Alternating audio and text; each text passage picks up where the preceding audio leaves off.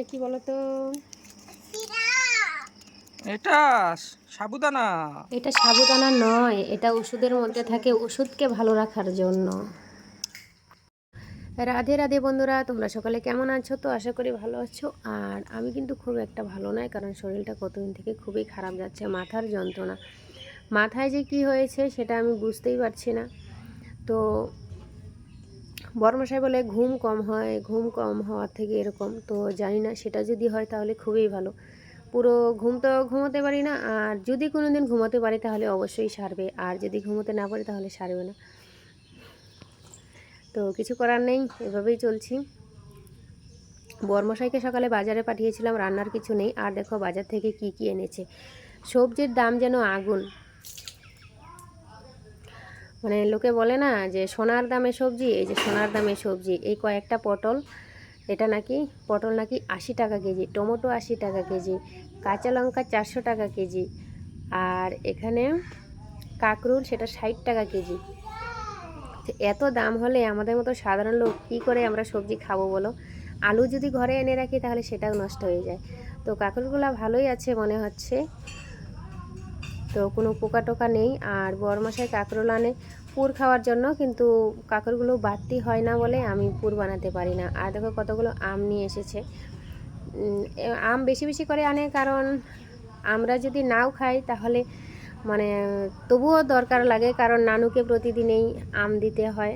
নানুকে ফল ফল ছাড়া আর কিছু দেই না বলো, সব কিছু তো দিতে পারি না, ফলেই দেওয়া হয়। ফল, সন্দেশ, মিষ্টি, খেজুর। এই যে সকালবেলায় খেজুর দিয়েছিলাম।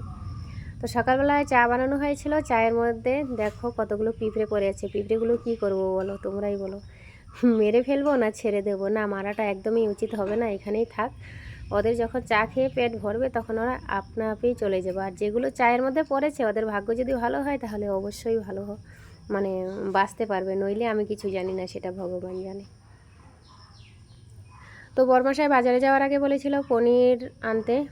বলছিলাম যে কি রান্না করব, বড়মশাই বলেছিল যে পনির রান্না করো। তো পনির নিয়ে এসেছি, এসে রান্নাও করে ফেলছি। তো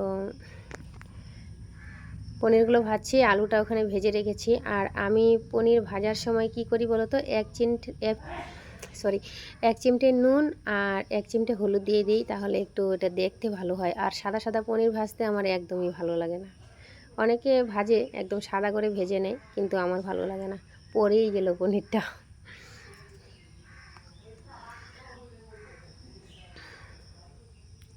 আর দেখো এখানে চলছে কম্পিটিশান। বরমশাই মানে যখনই দেখছে যে রান্নাটা আমার কমপ্লিট না, তখন সে তাড়াতাড়ি ব্যাগগুলো গোছাচ্ছে, মানে ও না খেয়েই চলে যাবে।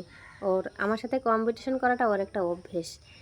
তো বরমশাই আমার সাথে পেরে ওঠেনি। আমি আগে রান্না কমপ্লিট করে ফেলেছি।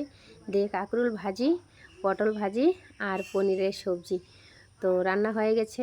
দেখো এই যে পনিরের সবজিটা কীরকম হয়েছে বলো। তো প্রচণ্ড গরম, তার জন্য একটু পাতলা ঝোল করেছি। মানে এত রৌদ্র উঠলে না, মানে কষা কষা ঘন সবজি খেতে ভালো লাগে না, একটু পাতলা হলে আমার কাছে ভালো হয়। তোমাদের কাছে কেমন হয় জানি না। তো বরমশাইয়ের ভাতটা এখানে বেড়ে নিলাম। উনি আর যেতে পারলো না, আমার সাথে কম্পিটিশন করে পারলো না।